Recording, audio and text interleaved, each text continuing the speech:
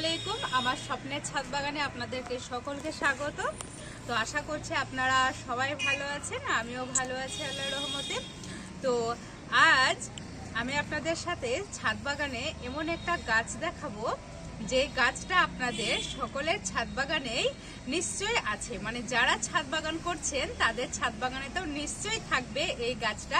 তো এই গাছটাতে আপনারা প্রচুর পরিমাণে ফুল পেতে কি ঘরোয়া টিপস আপনারা মানে ফলো করবেন, সেই সমস্ত টিপস কিন্তু আজ আমি তুলে ধরবো।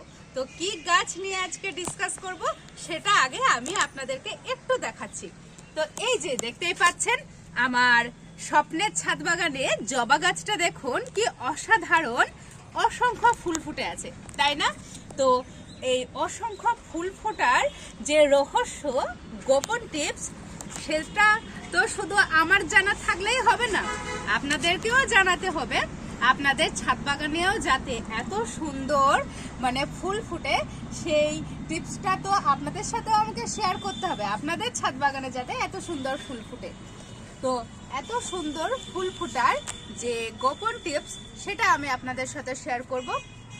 হয়তো অনেক ইউটিউব দাদা দিদি সবাই আছে যারা মানে অনেক কিছুই মানে বলে যে জবা ফুল বা অন্যান্য ফুলের মানে কি কি পরিচর্যা করতে হবে। তো আমি সেই সব বলছি না, আমি কিভাবে আমার ছাদ বাগানে জবা গাছের বা অন্যান্য ফুল গাছের পরিচর্যা করি সেটাই কিন্তু আমি আপনাদের সাথে শেয়ার করি।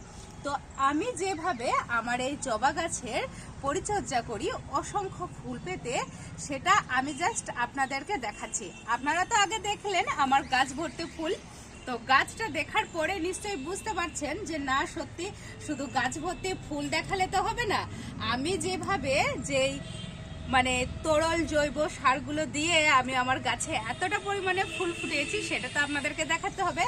তো কি সেই তরল জৈব সার, আসেন আমি আপনাদেরকে দেখাচ্ছি।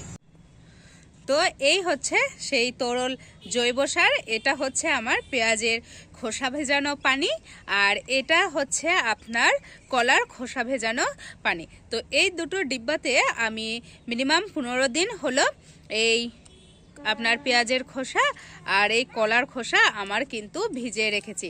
আপনারা চাইলেও কিন্তু এতদিন না রেখে আপনারা হয়তো অল্প সময়ের মধ্যে রেখেও আপনারা দিতে পারেন, কিন্তু আমি 15 দিন করে ভিজিয়ে রেখেছি।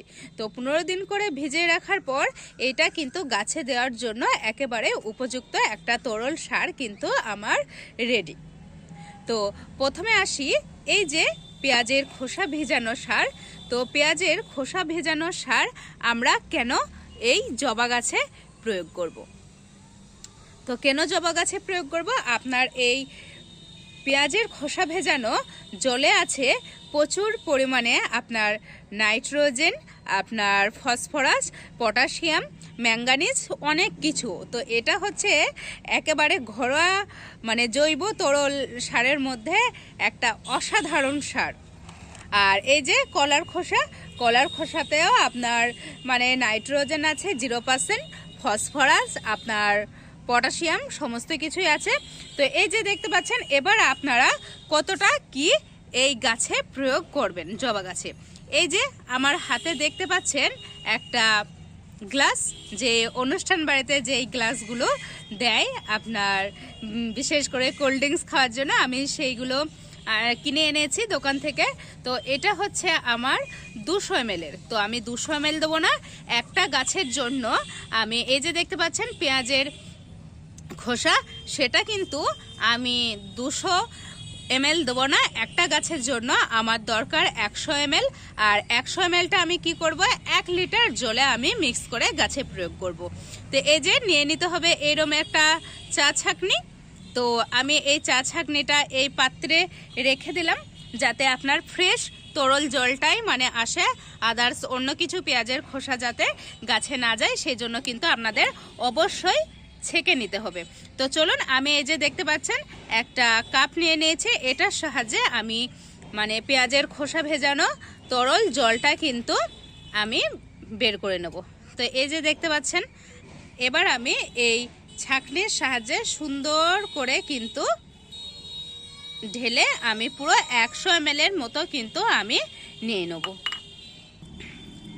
আর আপনারা তো কালার দেখে বুঝতেই পারছেন কত সুন্দর কালার হয়েছে, মানে এতদিন ভিজিয়ে রাখার পর মানে খুবই সুন্দর একটা কালার হয়েছে। তো এইভাবে আপনারা ভিজিয়ে রাখবেন। এবার কিন্তু আমি এটা দিয়ে নেব।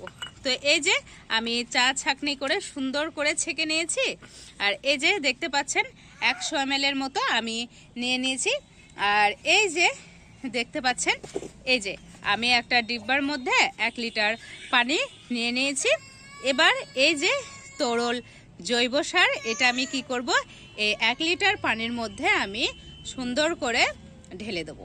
তো এই যে পেঁয়াজের খোসা ভিজানো জল বা কলার খোসা ভিজানো জল আপনারা এই জবা গাছে মানে কখন কখন প্রয়োগ করবেন, তো এটা আপনারা মিনিমাম আপনারা সপ্তাহে একবার করে অবশ্যই প্রয়োগ করবেন। তাহলে আপনাদের জবা গাছে কিন্তু এইরকম অসাধারণ কিন্তু ফুল ফুটবে, প্রচুর ফুল ফুটবে, প্রচুর। তো আপনারা এইভাবেই কিন্তু গাছে প্রয়োগ করবেন। আর দেখুন প্রত্যেকটা কিন্তু আমার ডালে ডালে অসংখ্য কুড়ি এসেছে জবা গাছে। তো চলুন আমি আপনাদেরকে দেখাচ্ছি।